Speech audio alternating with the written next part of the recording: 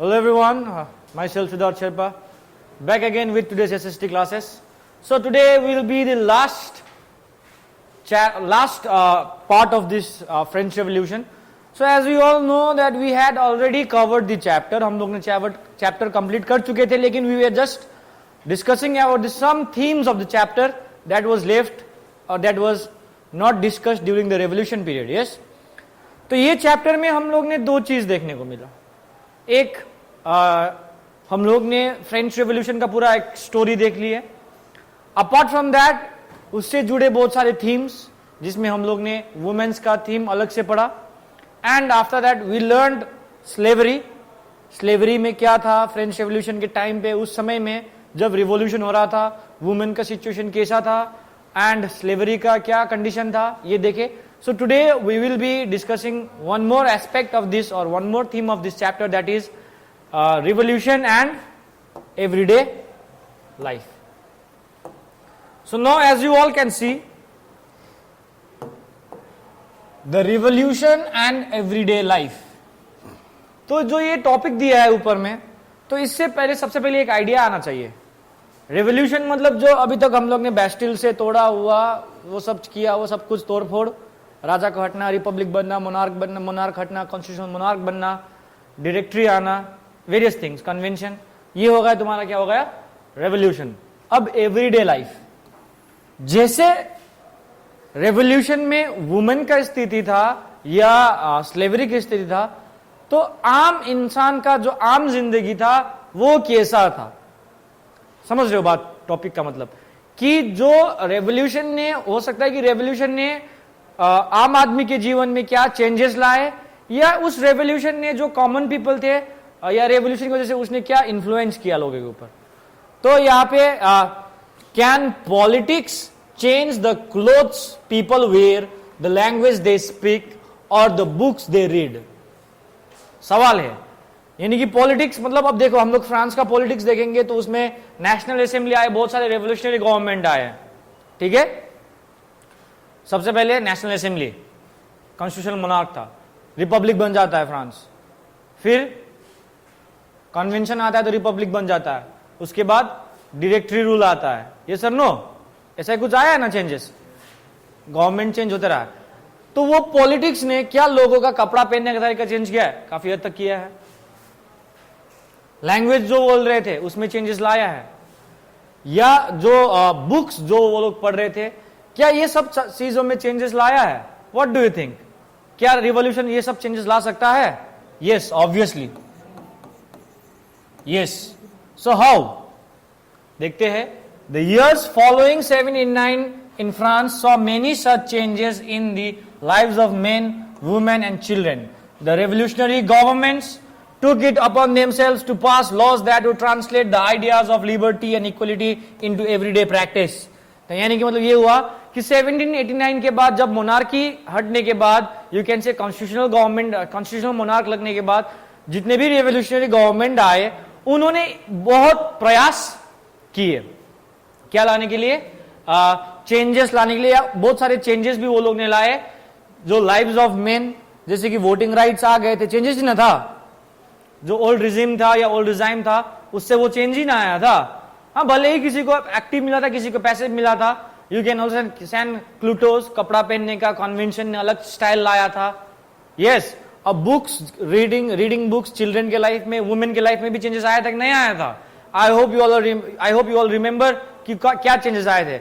भले ही political freedom नहीं मिले थे, बट बहुत सारे प्रोविजंस किए गए थे, बहुत सारे प्रोविजंस लाए गए थे वुमेन के लाइफ में चेंजेस लाने के लिए. जैसे कि education, to get education, to get trained for jobs. Yes, they could even run small business. they were not allowed to marry forcefully. they could have fought back, divorce. ये सब चीजें changes आया था. कपड़े में चेंजेस आए थे, ठीक है. सो ये सब चेंजेस आया था. और रेवोल्यूशन जब भी होता है तो कुछ ना कुछ चेंजेस लाता है. सबसे बड़ा चेंजेस क्या आया था लोगों के मन में, लिबर्टी एंड इक्वलिटी का प्रैक्टिस लोगों को दिन ब दिन क्या दिया, उसके बारे में नॉलेज दिया. तो हम लोग बोल रहे हैं बेटा लिबर्टी इक्वलिटी का आइडिया फ्रांस से आया है, सब कोई बोलता है, आया तो है, लेकिन we have to spread it. क्या करना चाहिए? We have to spread it. अब स्प्रेड करने के लिए तुमको बहुत सारे मीडियम चाहिए। यस, तो अब वो मीडियम कैसे आता है? तो ये बोल रहे हैं, जो अब नेक्स्ट पेज स्लाइड में हम लोग जो देखेंगे इसके बारे में पढ़ेंगे कि ये सब चीजें संभव कैसे हुआ। फ्रांस में हम लोग ने देखे लैंग्वेजेस में चेंज आए, कपड़े पहनने में चेंज आए, किताब पढ़ने में चेंज आए, और लॉज बनाए गए जिसमें ideals of liberty and equality everyday practice लोगों के मन में, लोगों तक ये आइडियाज पहुंचाने का काम गवर्नमेंट ने किया। अब किस आधार पे किया वो लोग हम लोग नेक्स्ट में देखेंगे। सबसे पहला तो था abolition of censorship. You should remember that. Censorship क्या है? किसी भी चीज पे क्या लगाना? रोक लगाना। आज के दिन में भी सेंसरशिप है, ये सब नो, डू यू नो? आज के दिन में गवर्नमेंट सेंसरशिप लगाता है। There are certain censorship in movies, जैसे कि पद्मावती या पद्मावत, सेंसरशिप लगा था। ये सेंसरशिप आज का दिन नहीं है, सेंसरशिप हजारों साल, यानी कि मेनी इयर्स, नॉट हजारों, many years ago it was practice in the times of monarchial rule. Censorship लगाए जाते थे। सेंसरशिप इसलिए लगाए जाते थे बेटा कि राजा के बारे में कोई गलत सलत ना बोले, एक प्रकार से right to freedom of expression वगैरह नहीं थे। आज के दिन में सेंसरशिप नहीं लगाना एक प्रकार से जरूरी भी है, लेकिन इतना भी जरूरी नहीं कि सबका अधिकार को वो क्या कर दे, तबाह कर दे या डिस्ट्रॉय कर दे। सेंसरशिप इसलिए जरूरी है क्योंकि नहीं, सेंसरशिप नहीं लगाएंगे तो लोग जो तो करना शुरू कर देंगे, जहां तक कुछ भी बनाना शुरू कर देंगे। तो सेंसरशिप इज वेरी इंपॉर्टेंट, एक प्रकार से इसका एडवांटेज भी है and it's very important also. लेकिन सेंसरशिप ये लोग काफी हद तक लगाते थे किंग के टाइम पे। यस, अब खास करके देखो, in the old regime all written material and cultural activities like books, newspaper, place could not be published और performed only after they had been approved by the censors of the king. जब तक king नहीं देखते किसी भी प्रकार के books हो, न्यूज़पेपर हो। अब न्यूज़पेपर वाज द मोड और मीडियम ऑफ कन्वेइंग मैसेजेस। जो रेवोल्यूशन हम लोग देखेंगे, ये if we even talk about nationalism movement in India, newspaper has played an important role. जब न्यूज़पेपर को किंग कंट्रोल करेगा तो नो वन कैन से और no one can talk anything about the king. तो किंग ने सारी चीजों पे क्या लगाया था? सेंसर्स लगाया था। एक प्रकार से फ्रीडम ऑफ एक्सप्रेशन या स्पीच को क्या कर दिया था? दबा दिया गया था, बंद कर दिया गया था। यानी कि सेंसर इसलिए लगाए थे ताकि जो भी न्यूज़पेपर पब्लिश हो रहा है, जो भी बुक्स पब्लिश हो रहा है, वो सारी चीज राजा के बारे में क्या ना करे, गलत सलत ना बोले। तो अब इसको जब ओल्ड रिजिम यानी कि मोनार्क हट गया तो साथ साथ क्या एबोलिश हो गया? सेंसरशिप भी क्या हो गया? एबोलिश हो गया। जब सेंसरशिप एबोलिश हो गया तो इसका मतलब जो कुछ भी राजा पहले देख रहे थे, now people could freely you can spread, they could now freely spread their messages, जो कहना चाह रहे थे। अब देखो, now the declaration of the rights of man and citizen proclaimed freedom of speech and expression to be the natural right. अब जब censorship लगा देंगे तो फ्रीडम ऑफ स्पीच और फ्रीडम ऑफ एक्सप्रेशन नहीं मिलेंगे। अब मिलेंगे भी तो केवल अच्छा चीज लिखना पड़ेगा, किसके बारे में? गवर्नमेंट के बारे में। समझ रहे हो ना बात? तो क्या हुआ? डिक्लेरेशन ऑफ राइट ने सीधा बोल दिया था, declaration of rights of man and citizen ने ये बोला था कि freedom of speech and freedom of expression लोगों को मिलना चाहिए। जब लोगों को ये सब चीज मिला तो newspapers, pamphlets, books, printed pictures ने क्या किया? पूरे फ्रांस के शहरों को भर दिया। यानी कि पहले ये सब चीजों पे क्या लगता था? सेंसर लग रहे थे, लेकिन जब रेवोल्यूशनरी गवर्नमेंट्स आए, नेशनल असेंबली बने, चाहे मतलब मान लो मोनार्क हट गए, तो क्या हुआ कि अब newspaper, pamphlets, books, printed pictures को सेंसर के पास अब ले जाने का कोई दिक्कत नहीं, झंझट नहीं है। They can independently right about the country और व्हाटएवर। और जब वो लोग ने किसके बारे में लिखा? खास करके वो लोग ने लिबर्टी, इक्वलिटी का आइडिया अब इसके जरिए, इसके माध्यम से क्या करना शुरू किया? प्रचार करना शुरू किया। अब धीरे धीरे ये क्या करना है? एवरीडे लाइफ में लोगों के मन में लिबर्टी क्या है, इक्वलिटी क्या है, फिलोसोफर्स ने क्या लिखा था, वो धीरे धीरे क्या होने लगे? लोगों के मन में स्प्रेड होने लगे। Is that clear? So now ये बात एक बार समझो कि अब लिबर्टी, इक्वलिटी राजा के सामने तो बोल नहीं सकते हो, अब राजा ये सब देखेगा तो फिर राजा क्या कर देगा, सेंसर लगा देगा। तो इसलिए राजा के टाइम पे, मोनार्क के टाइम पे, ओल्ड रिजिम जो बोल रहे हैं, इस टाइम पे ये सब चीजें अलाउड नहीं था। जैसे ही ओल्ड रिजिम खत्म हो गया तो वैसे ही ये सब चीजें ने अब मार्केट को फ्लड कर दिया। प्रिंटेड बुक्स, पैम्पलेट्स, लोगों का आइडिया क्या है सोसाइटी के बारे में, अब सारे लोग खुल के लिखना शुरू कर दिए and they where expressing their views. अब जब फ्लडेड हुआ फ्रांस के टाउन में, अब धीरे धीरे करके ये सारा चीज कहां तक पहुंच गया, गांवों में भी पहुंचना शुरू कर दिए। न्यूज़पेपर, पैम्पलेट्स के जरिए सारा मैसेज किसका, लिबर्टी का, इक्वलिटी का, कहां तक पहुंचना शुरू कर दिए, गांवों तक भी पहुंच गए। दैट मीन्स यू कैन से कि जैसे ही ओल्ड रिजिम खत्म हुआ है वैसे ही सेंसरशिप खत्म हो गया है, वैसे ही जैसे ही सेंसरशिप खत्म हुआ है तो सारा आइडियाज अब पूरे फ्रांस में फैलना शुरू हो गए। पहले तो क्या था कि people were not allowed to speak freely राजा के टाइम पे, अब people were speaking freely and they were spreading the ideas of liberty, fraternity, equality everywhere. जहां भी जाते वहीं पे वो लोग ये सारा चीज चर्चा करना शुरू कर देते। They all described and discuss the events and changes taking place in the France. तो जो ये पैम्पलेट्स, ये बुक्स जो थे, रेवोल्यूशन के बाद जो भी चेंजेस आ रहे थे बेटा, अब हर एक समय में चेंजेस आया है, वो सारे चेंजेस के बारे में क्या करता था, बात करता था। क्या चीज, newspaper, pamphlets, books, printed pictures. अब प्रिंटेड पिक्चर्स क्यों, अब ये प्रेस, एक प्रकार से प्रेस को क्या मिला, आजादी मिला। Is that clear? I hope you understood that. अब दूसरा क्या हुआ, सबसे इंपॉर्टेंट चीज तो ये था, फ्रीडम ऑफ प्रेस यानी कि newspapers also mean that opposing views of events could be express. ये नहीं कि एक कोई भी इवेंट होता है बेटा, उस इवेंट को देखने का नजरिया बहुत होता है, एक सही होता है, एक गलत होता है। एक सही तरीके से देखेंगे, एक ऑपोजिशन वे में भी देखेंगे। जिसको अच्छा लगा वो सही वे में बोलेंगे, जिसको गलत लगा वो क्या करेंगे, गलत तरीके से बोलेंगे। जब फ्रीडम ऑफ प्रेस मिला तो लोग अब क्या करने लगे, अपना अपोजिंग व्यूज भी देने लगे कोई भी चीज पे, कि भाई ये हो रहा है तो गलत हो रहा है। जो भी फ्रेंच रिवॉल्यूशन में हुआ, मान लो किसी को गलत लगा होगा तो वो लोग ने अपना अपोजिंग व्यूज भी अब देना शुरू कर दिए। क्यों? क्योंकि सेंसरशिप जब एबोलिश हो गया तो लोगों को क्या मिला था, फ्रीडम मिल चुका था। सिंपल बात है। Each side sought to convince the other of its position through the medium of print. अब यही जो अच्छे लोग होंगे, जो किसी भी, जैसे कि मान लो ये पेन अच्छा है मेरे लिए, कोई बोल रहा है नहीं गलत है, अब मुझे बेचना है, एक क्या कर रहा है, अपोज कर रहा है ये पेन गलत है। अब वो जो अपोज कर रहा है वो लोगों तक क्या करेगा, कन्विंस करने की कोशिश करेगा ना अपना आइडियाज देके। अब मुझे क्या करना पड़ेगा, ये अच्छा है, इसको आप खरीद लीजिए। यस, समझ रहे हो? तो इस प्रकार की होड़ लग गई। ईच साइड, अब पक्ष बन जाएंगे ना, कोई सपोर्ट करेंगे, कोई सपोर्ट नहीं करेंगे, तो लोगों को कन्विंस करने लगे। तो इस प्रकार के चीजें आने लगी।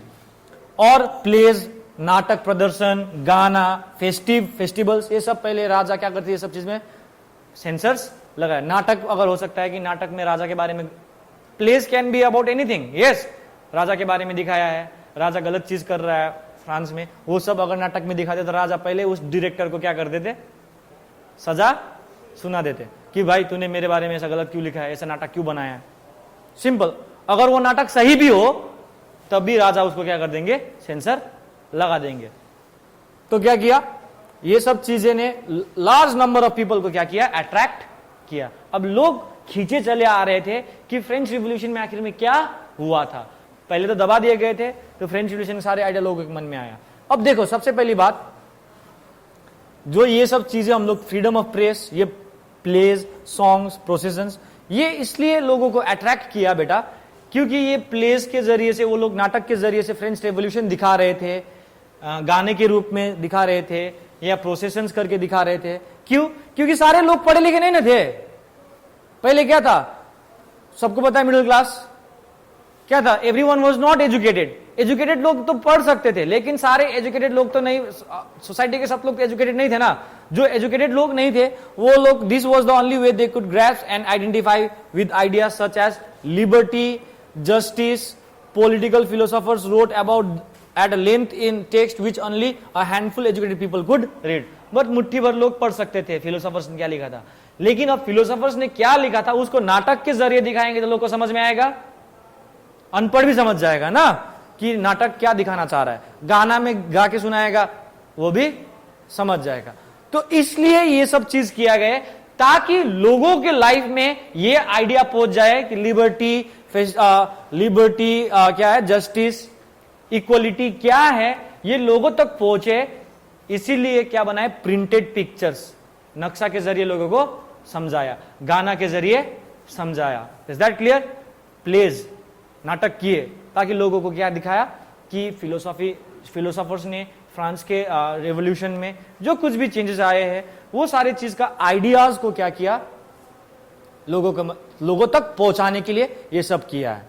अब प्रेस वाले भी कर रहे थे, अब पढ़ने वाले तो पढ़ लेंगे, सारे लोग तो पढ़े लिखे नहीं ना हैं, तो जो पढ़े लिखे लोग नहीं है वो लोगों को नाटक के जरिए, गाने के जरिए हो या पिक्चर के जरिए हो, ये लिबर्टी का, इक्वलिटी का, ये सब का आइडियाज लोगों तक पहुंचाए। आई hope you all understood it. ये सिंपल टॉपिक है।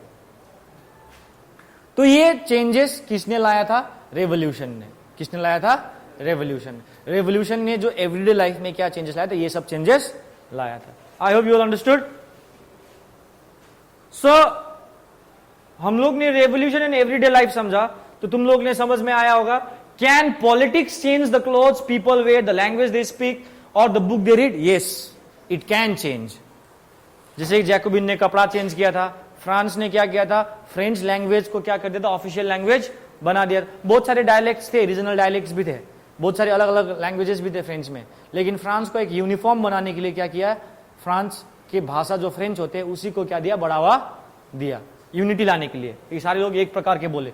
तो yes, obviously revolution can change the society और the customs and practices of the society. तो सेंसरशिप बंद हो गया तो भाई, जैसे मान लो प्रेस वाले के लिए तो क्या हो गई, लॉटरी लग गई। लॉटरी ना लग गई क्योंकि पहले तो बहुत दिक्कत था ना, कुछ भी लिखने से पहले 10 बार सोचना पड़ता था। तो now they were able to write various things जो कि लोगों को समझ में नहीं आ रहे थे। So now last part of this chapter is conclusion. Okay, एक चीज बताएंगे हम। फ्रेंच रेवोल्यूशन में हम लोग दो चीज देखे। अब तुम लोग क्या देखे वो पता नहीं, हमको तो दो चीज दिखाई दिया। एक चीज ये दिखाई दिया कि फ्रेंच का रेवोल्यूशन एक स्टोरी है। This is a very important chapter in the context of world history, in the context of European history, and even it has influenced the histories of various countries in the world. Is that clear? अब इस क्या French revolution में ऐसा क्या है कि इसने influence किया? सबसे बड़ी बात बेटा, एक पार्ट इसका जो है वो है रेवोल्यूशन पार्ट। वो तो हर देश में हुआ है, लड़ाई झगड़े हुए हैं, तोड़फोड़ हुए, वो फ्रांस में भी हुआ है। बट यहां से दूसरा पार्ट जो होता है बेटा, सबसे बढ़िया चीज आइडियोलॉजी या आइडियाज, जैसे कि इक्वलिटी, लिबर्टी क्या है, लोगों का राइट क्या है, समझ रहे हो? ये सब आइडियाज कहां से शुरू हुआ था, ओरिजिन हुआ था एक प्रकार से देखा जाए तो फ्रांस से। तो इसलिए ये चैप्टर वेरी इंपॉर्टेंट है। तो ये ही आइडियोलॉजी से बहुत सारे countries of the world has taken up this ideas in their freedom struggle. अब इंडिया ने भी लिया है फ्रांस से बहुत सारी चीजें। Is that clear? पढ़ेंगे यहां पे। आई होप यू अंडरस्टूड। दो सेक्शन है, एक आइडियाज का सेक्शन है, एक स्टोरी वाला सेक्शन है। स्टोरी वाला तो सबको समझ में आया है, बैस्टिल का तोड़फोड़ से लेके नेपोलियन तक आने तक, ठीक है। और उसका जो मेन थीम, जो हम लोग ये फ्रेंच रेवोल्यूशन इसलिए पढ़ रहे बेटा, चलो स्टोरी तो पढ़ना ही है अलग बात है, लेकिन मेन थीम इसलिए पढ़ रहे हैं क्योंकि यहां से बहुत सारे ऐसे आइडियाज आए हैं जो पहले लोगों को तक इतना समझ नहीं था। अब लोगों को समझ में आ गया है कि ये क्या है। देखो फ्रांस में क्या होता है बेटा, क्योंकि रेवोल्यूशन जब पहली बार आया था, फ्रांस में रेवोल्यूशन आता है, France becomes a constitutional monarch. उसके बाद France abolishes monarchy and becomes a republic. फिर कन्वेंशन आता है, पूरी तरीके से वही है रिपब्लिक। उसके बाद फिर डायरेक्टरी आता है, फिर उसके बाद military rule, dictator rule, Napoleon, फिर मोनार्क आता है। फिर 1830 में फिर जाके, आई थिंक 1830, यस 1830 में जाके फिर दोबारा से रिवॉल्यूशन आता है फ्रांस में, ठीक है। तो ये चैप्टर का कंक्लूजन है, लेकिन पूरी तरीके से कंक्लूजन नहीं है। ये पूरी तरीके से क्या नहीं है, ये कंक्लूजन नहीं है। इसलिए कंक्लूजन नहीं है क्योंकि फ्रांस में फिर दोबारा से मोनार्क लगता है नेपोलियन के बाद, फिर एक बार रिवॉल्यूशन होता है, वो तुम लोग 10th में पढ़ोगे। तो ये चैप्टर का जो बुक में दिया उसका कंक्लूजन है। Is that clear? सो 1804 में क्या होता है, Napoleon Bonaparte crowned himself emperor of France. Directory, no go back. Directory rule जब होता है, तुम लोग को पता है, मैंने बताया था, वहां पे कॉन्फ्लिक्ट होता है। एक मतलब एक प्रकार से दो लेजिस्लेटिव बना दिए हैं, ठीक है, और उसमें से एग्जीक्यूटिव एक है जो उसको डायरेक्टरी बोलते हैं। अब एग्जीक्यूटिव और लेजिस्लेटिव में बनता ही नहीं था, समझ रहे हो ना? तो जब बनते नहीं था, वहां पे कॉन्फ्लिक्ट हो रहे थे, तो गवर्नमेंट अच्छे से नहीं चल पा रहा था। जब गवर्नमेंट अच्छे से नहीं चल पा रही थी, तो नेपोलियन ने उसको एक मौका देखा कि भाई फ्रांस देख रहे हैं, भाई इनको तमाशा बना के रखा है क्या। नेपोलियन को लगा कि फ्रांस क्या बन गया है, एक तमाशा बन रहा है, कभी आता है, कभी एग्जीक्यूट करने वाला आता है गुलेटिन में, कोई एक्टिव सिटीजन बना रहा है, कोई पैसिव सिटीजन बना रहा है। भाई उससे अच्छा होगा कि हम पावर ले लेंगे, हम क्या कर लेंगे, फ्रांस को क्या कर लेंगे, चेंज कर देंगे। और काफी हद तक नेपोलियन ने फ्रांस को एक प्रकार से, नॉट ओनली फ्रांस, नेपोलियन ने एक प्रकार से पूरे यूरोप को इन्फ्लुएंस किया बेटा, ठीक है। He set out to conquer neighbouring European countries, अगल बगल आस पड़ोस सारे नेबरिंग कंट्रीज को, फ्रांस में पावर ले लिए, उसके बाद सारे यूरोपियन कंट्रीज के अगल बगल में क्या करना शुरू कर दिया, अटैक करना शुरू कर दिया। उन्होंने ठान लिया था कि मैं यूरोप को सुधार के ही रहूंगा। अब कैसे? Deposing dynasties and creating kingdoms where he place the members of his family. जहां पे भी रूल किए, जहां पे भी जीते, वहां पे अपने परिवार के एक सदस्य को रूल करने के लिए रख देते। अब देखो, नेपोलियन ने अपने आप को क्या देखा, moderniser of Europe, moderniser of Europe. इसमें बहुत सारी चीजें हैं, कहेंगे तो पूरा एक पीरियड भी कम हो जाएगा बोलने के लिए, तो तुम लोग क्लास 10 में पढ़ोगे ही, अभी इतना ही समझो। मॉडर्नाइजर तो यूरोप क्यों कहा गया है, क्योंकि उन्होंने डेमोक्रेसी को डिस्ट्रॉय किया है बेटा। डिक्टेटर है, he will not follow democratic laws, democratic ideas वो फॉलो नहीं करेंगे, but he ruled in such a way that it was better than democracy. Is that clear? It was better than democracy. मैं बार बार बोल रहा हूं, कोई भी गवर्नमेंट अच्छा या कोई भी गवर्नमेंट बुरा नहीं होता है। कोई भी प्रकार के गवर्नमेंट, फॉर्म्स ऑफ गवर्नमेंट है, democracy, dictator, yes, there various things of government, types of government. लेकिन जब एक रूलर कमिटेड है ना बेटा, कि he want to rule a country in a proper way, तो कोई भी किसी प्रकार का गवर्नमेंट वो अच्छा ही काम करेगा। Is that clear? तो नेपोलियन ने ये आइडिया को क्या, ये चीज को प्रूव कर दिया है, भले डेमोक्रेटिक फॉलो भी ना करेंगे तो हम लोग क्या कर सकते हैं, एक कंट्री को बेहतरीन बना सकते हैं, एक बेहतरीन तरीके से रूल कर सकते हैं। So that's why he was called as the moderniser of the Europe. अब इसलिए उन्होंने बहुत सारे लॉज इंट्रोड्यूस किए, इसको हम बार बार बोल रहे हैं civil code of 1804, Napoleonic code भी बोला जाता है। वो एक लॉज था जो नेपोलियन ने बनाया था। Such as protection of private property बनाया, एक uniform system of weights and measures provided by decimal system. अब इसका मतलब क्या हुआ कि यूरोप में बहुत सारे कंट्रीज थे, अलग अलग कंट्रीज का अलग अलग मेजरमेंट था। अब तुम्हारा यहाँ पे पांच किलो हो सकता है कि वहां पे 5 किलो का मतलब हो सकता है दूसरे जगह पे 6 किलो हो सकता है, 4 किलो, समझ रहे हो ना? यूनिफॉर्म नहीं था, यानी कि उन्होंने सारे सिस्टम को यूनिफाई किया, एक यूनिफॉर्मिटी लाया। एल, ELLE, एल तुम लोग बाद में पढ़ोगे, ELLE, एल मतलब होता है एक मेजरिंग यूनिट था कपड़ों का।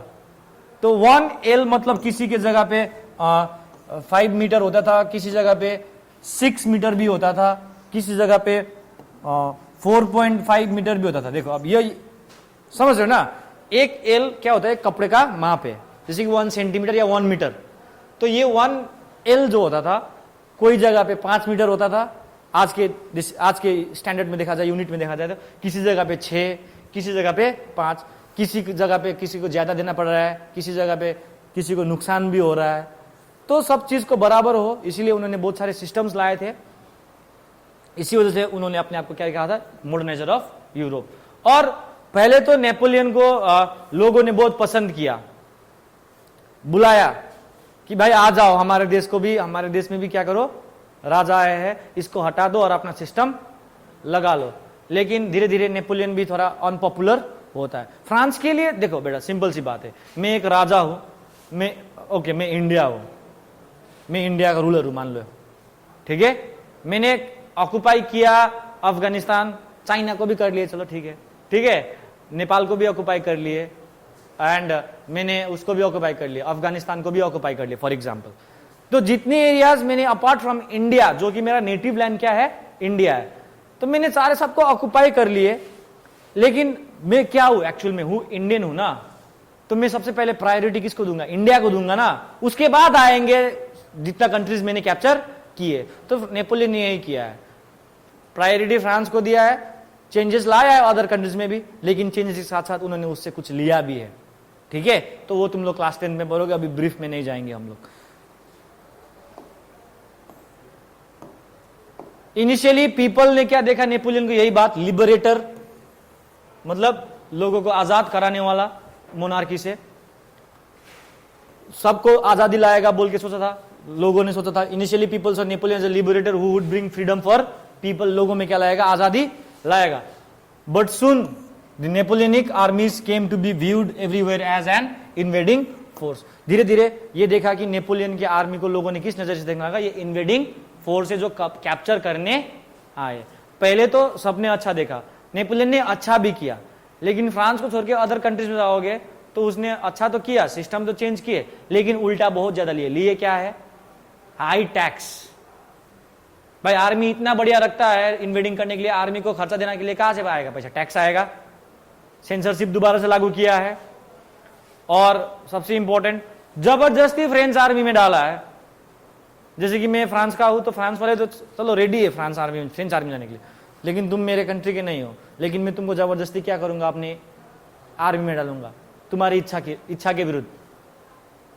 तुमको अच्छा लगेगा, नहीं लगेगा, ऑब्वियसली नहीं लगेगा। तो ऐसा हुआ है। तो धीरे धीरे नेपोलियन की पॉपुलैरिटी क्या होते गए, लोगों के बीच में कम होते गए। लेकिन इतना कहूंगा कि नेपोलियन ने यूरोपियन हिस्ट्री को काफी इन्फ्लुएंस किया है। He was finally defeated at Waterloo 1815 में। 1815 में वाटरलू के युद्ध, इट्स अराउंड इन बेल्जियम, लगभग बेल्जियम में होगा वाटरलू, ठीक है। तो वहां पे हारे गए थे। अब हार के पीछे कारण क्या था, Prussia, Russia, Austria and Britain, 4 country मिलकर नेपोलियन को हराया। क्योंकि वो लोग को डर था कि नेपोलियन इतना फेमस हो रहे थे कि आधा यूरोप में तो अपना आइडिया फैला चुका था, और ये डर था मोनार्क को कि कल के दिन में वो लोग का कंजर्वेटिव रिजाइम जो है वो खत्म हो जाएगी, इसलिए वो लोग मिलकर हरा दिए थे। ये एक एक्स्ट्रा स्टोरी हम चैप्टर के बाहर से बता रहे हैं, ठीक है।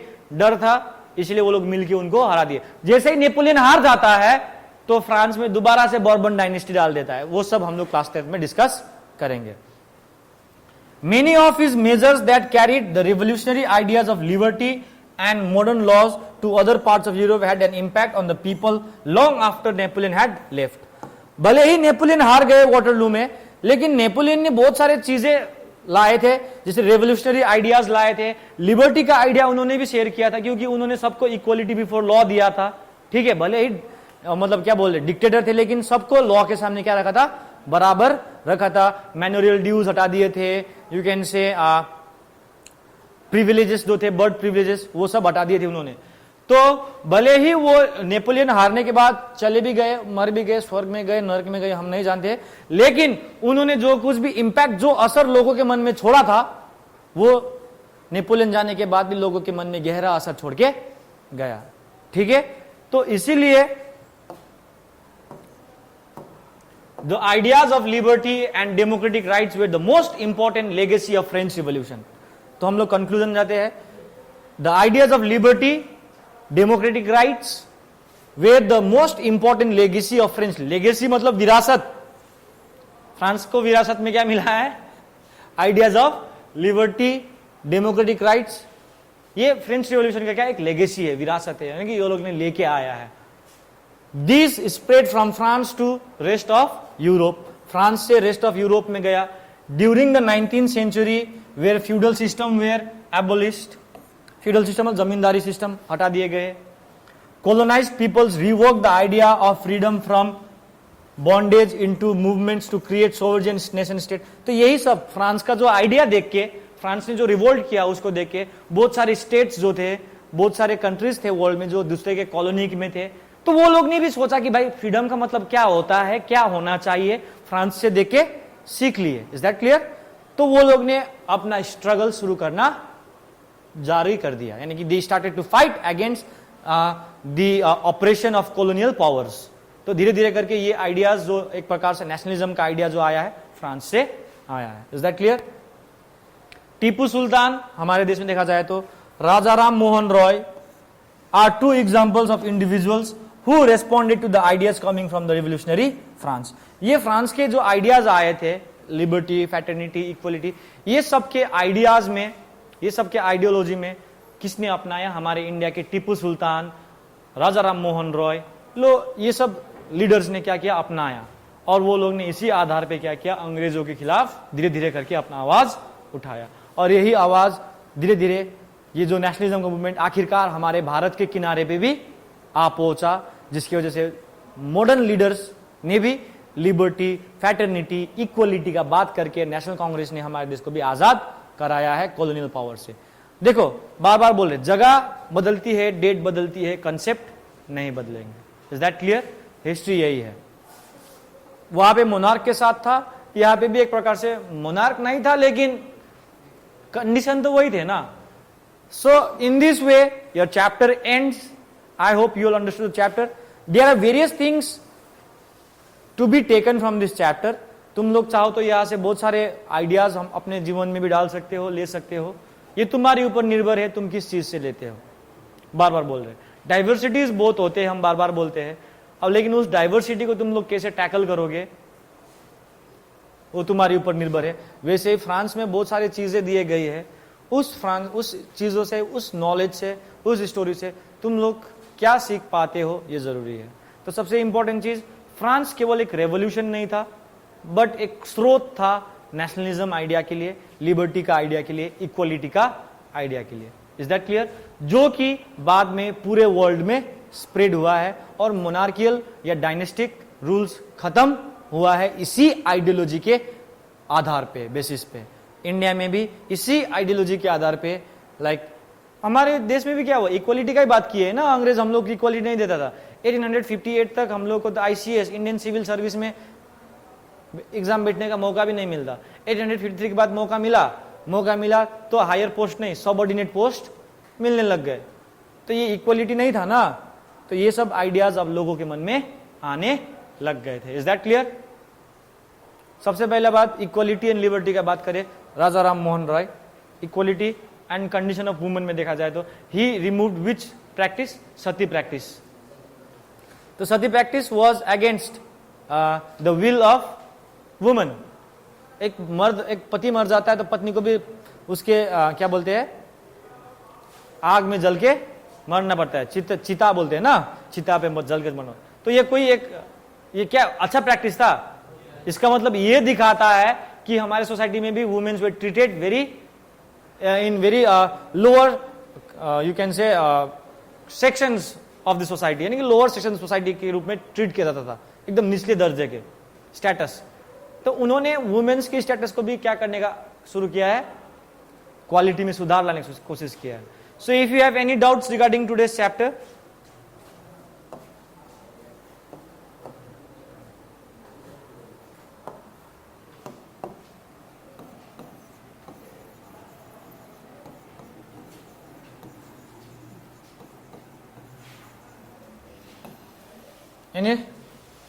any doubts?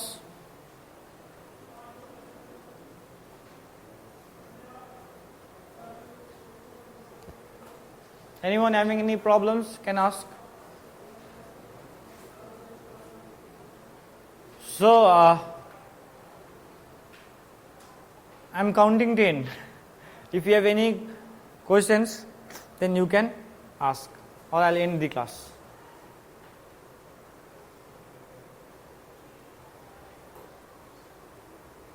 I think 10 is over, yes. So thank you everyone. The chapter ends here. So before ending the video, I want to say something, that is, I hope you all understood the chapter very well, and I will be taking your MCQs tomorrow, and we'll have a doubt session, one doubt session class, in which I will be asking various questions related to the chapter. Is that clear? So please be prepared. Till now you are saying you don't have any doubt. and that will be cleared. Till then, stay safe and stay healthy. Thank you.